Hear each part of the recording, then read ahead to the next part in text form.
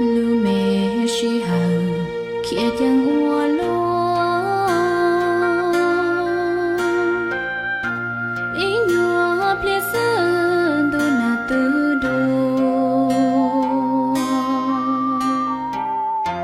trên đền đu khoa tư trọ tờ tua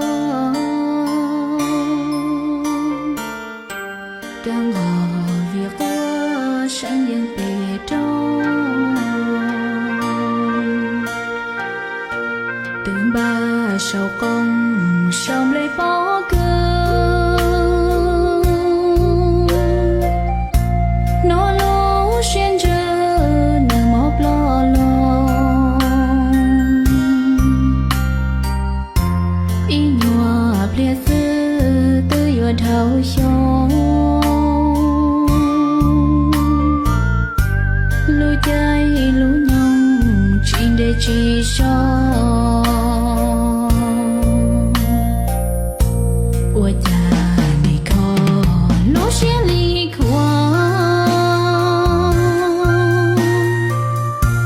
rong lý mau xóa em một lia sư ít chia chế tư dài luôn tia tia lon đò si hờ